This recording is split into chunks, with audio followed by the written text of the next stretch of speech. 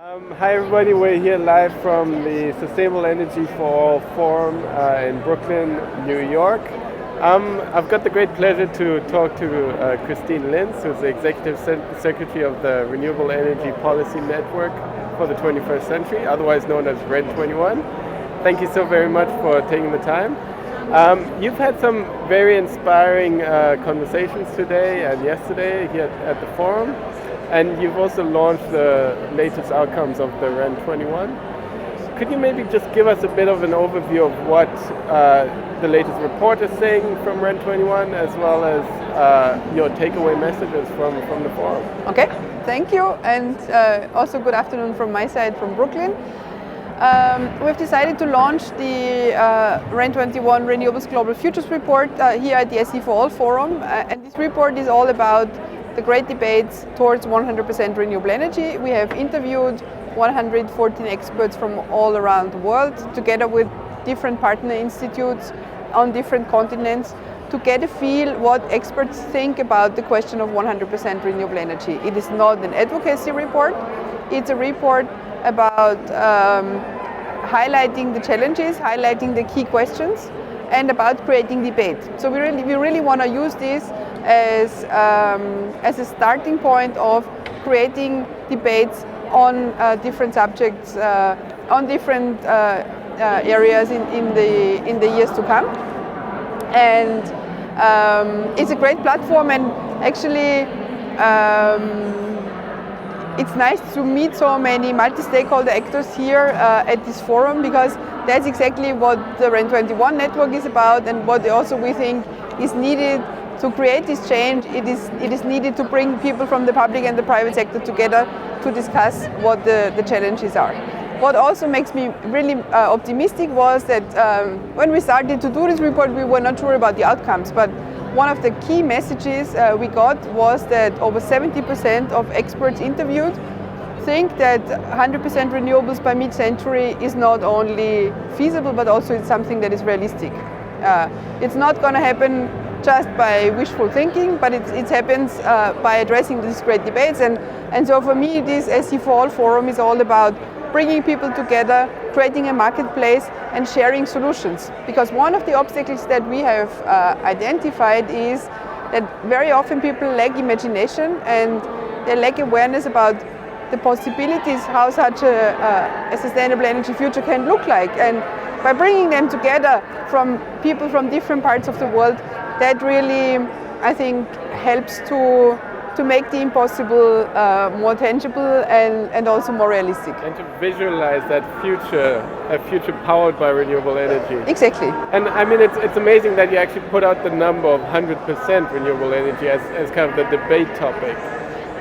Because there's quite a lot of discussion of, whether that's actually feasible in terms of storage or backup fuels.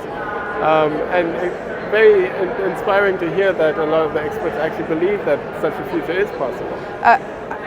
Very inspiring, I fully agree. But also, we saw that the experts, they highlighted the challenges. They said storage is going to be an issue, the business models of utilities, integrating high shares of renewables is going to be a challenge that can be overcome, but still I think it needs to be addressed. We need to have a debate about integration of sectors, because I think what will be required for reaching such a 100% renewables future is really an integrated approach. It's not only electricity, heating, cooling and transport alone that will make it happen. We really need to look at these all together. We also need, of course, finance. There's a very strong consensus that finance in the renewable sector needs to at least double very quickly in order to reach the SEforALL goals on the one hand, and then also these higher shares in the longer run. And to a certain extent also, I think the work that we've been doing is a bit some imaginative thinking of continuing the trajectory of sustainable energy for all into a more long-term future. I see it really as a starting point. I don't think that that's a final result. It's much more a starting point which identifies debate. We have done a global futures report, not on the question of 100% renewables, but on the future of renewables back in 2013. And actually in this report, we look a little bit on how these debates have evolved what is the same, what has been solved in the meantime, and I think we will continue to do so because it's an evolution. And what I personally very much like is this symbol that we all wear here, which actually shows the Sustainable Development Goals with the power in the middle, because we know that energy is the golden thread, and I think by ensuring sustainable energy for all, access, energy efficiency and renewables, we really will enable the people of this planet to live in a more sustainable way, and that's all what it's about to make that happen. Absolutely, and really from a climate change perspective as well. I mean, so much of dealing with climate change and reducing the carbon emissions that we produce as humans comes from the energy story, how to transition away from dirty fossil fuels into a renewable energy future. And then I just wanted to also get a bit of a personal note from you. So you've been now Executive Secretary for more than 5 years. I was actually a South African a reviewer on the REN21 project back in 2010. So already then there was a lot of excitement around renewables, but in the last 5 years it's really taken off. So how have you felt about that rise of renewables? How have you been experiencing it through the REN21 process? Well, actually I have to start even a step before, because yes, I am with REN21 since over 5 years, but before I've been working in the renewable sector since more than 20 years.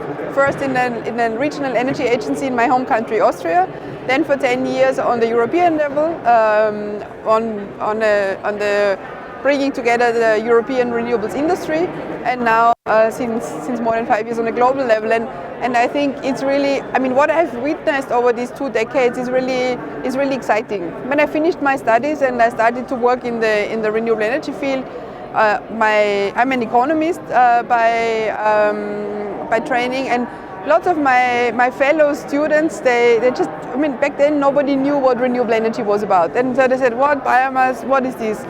Nowadays you get a completely different perception. When you say that you work for renewables, people, they say, oh, this is great, this is the sector of the future. So that has really evolved a lot. It was something which was mainly motivated by environmental concerns 20 years back.